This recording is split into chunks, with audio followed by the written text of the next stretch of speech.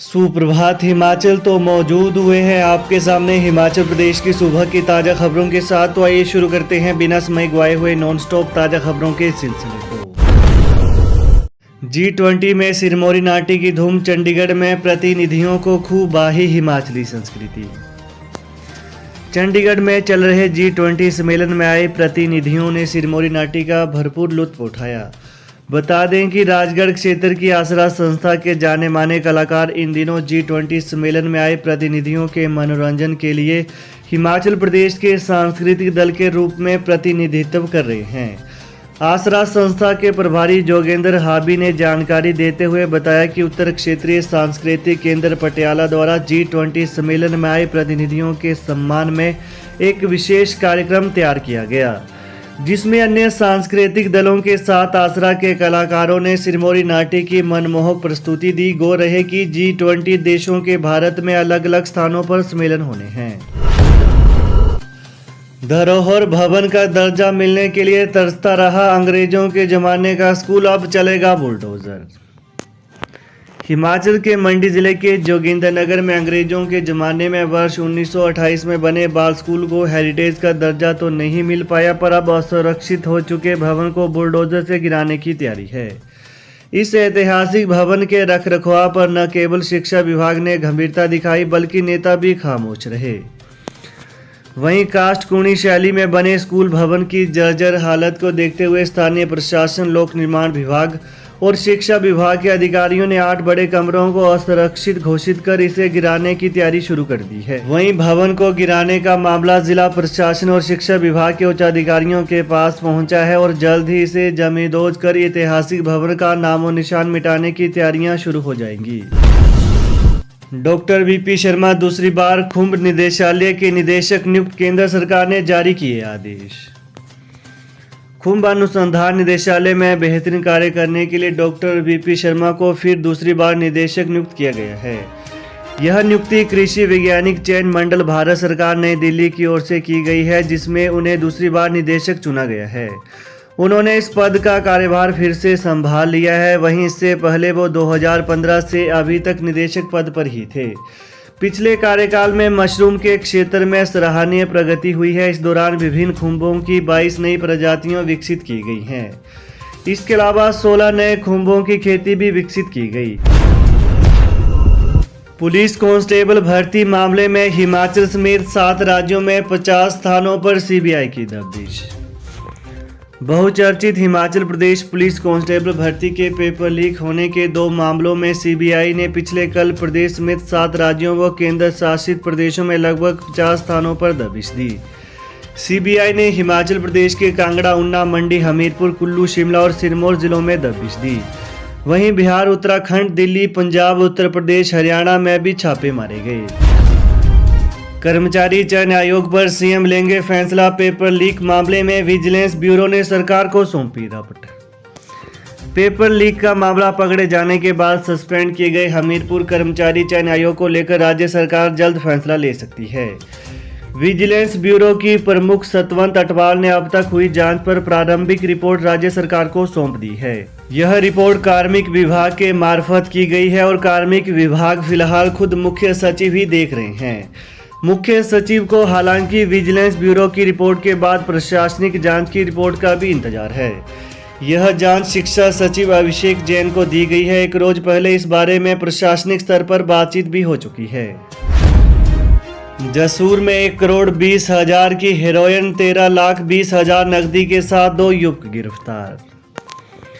हिमाचल प्रदेश की पुलिस जिला नूरपुर की टीम ने पिछले कल जसूर में नारकोटिक्स टीम की सहायता से 1,20,00,000 रुपए की हीरोइन और 13,20,000 नकदी के साथ 2 युवकों को गिरफ्तार किया।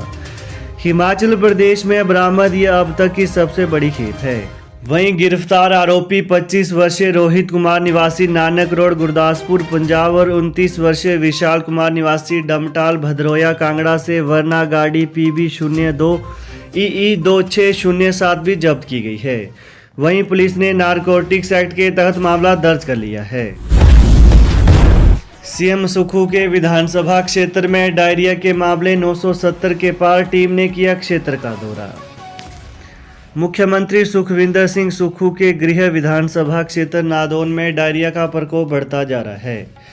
पिछले कल चौथे दिन भी डायरिया के 105 नए मामले सामने आए हैं। क्षेत्र में डायरिया के कुल मामलों की संख्या बढ़कर 973 पहुंच गई है।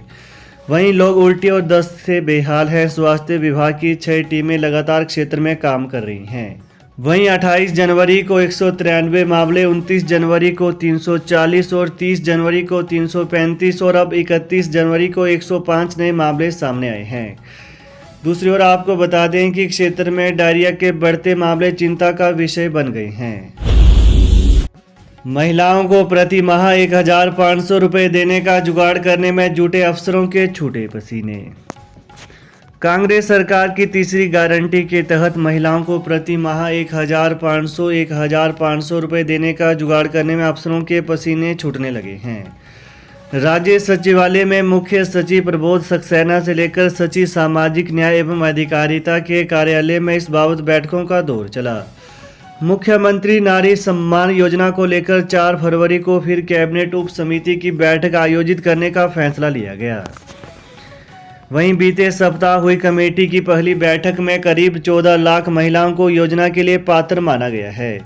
प्रदेश में 18 से 59 वर्ष आयु वर्ग की महिलाओं को 1,500 रुपये प्रति माह देने के लिए मुख्यमंत्री नारी सम्मान योजना बनाई गई है। विधानसभा चुनाव से पहले कांग्रेस ने पहली ही कैबिनेट बैठक में इस योजना को लागू करने की घोषणा की थी। पहली कैबिनेट बैठक में इस बाबत कैबिनेट उप समिति का गठन किया गया। उप समिति से 1 माह में रिपोर्ट मांगी गई है। बीते 27 जनवरी को मंत्री धनीराम शांडिल की अध्यक्षता वाली उप समिति की पहली बैठक में 1,500 रुपये मासिक देने के लिए 14,19,492 लाख महिलाएं पात्र मानी गई थी। शरद कुमार लगवाल होंगे राज्य सरकार के विधि सचिव, चिराग भानु बने हाईकोर्ट में ओएसडी। जिला एवं सत्र न्यायाधीश शरद कुमार लगवाल को राज्य सरकार का विधि सचिव लगाया गया है। हाईकोर्ट ने इस बारे में पिछले कल अधिसूचना जारी की है। वहीं जिला एवं सत्र न्यायाधीश चिराग भानु सिंह को हाईकोर्ट में ओएसडी के पद पर तैनाती दी गई है। इससे पहले जिला एवं सत्र न्यायाधीश राजीव भारद्वाज विधि सचिव के पद पर सेवाएं दे रहे थे। सुख की सरकार का नारा तो दिया पर नहीं थमी महंगाई, न जनता पर बोझ घटा।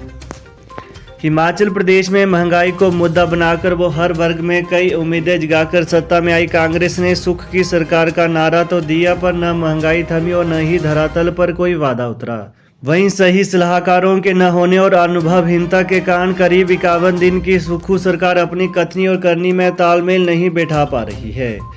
इतना ही नहीं, पुरानी सरकार के 600 से ज़्यादा सरकारी संस्थानों को डी नोटिफाई करने पर भी कई जगह लोग एतराज जता रहे हैं। सत्ता में आते ही राज्य सरकार ने वैट बढ़ाकर डीजल के रेट बढ़ा दिए। इसका आम जनता पर बोझ पड़ा। जिस मनरेगा को कांग्रेस यूपीए सरकार की योजना बताकर इतराती रही, उसमें भी गरीबों को रोजगार नहीं मिल रहा और लोग विरोध के लिए सड़कों पर उतर आए हैं।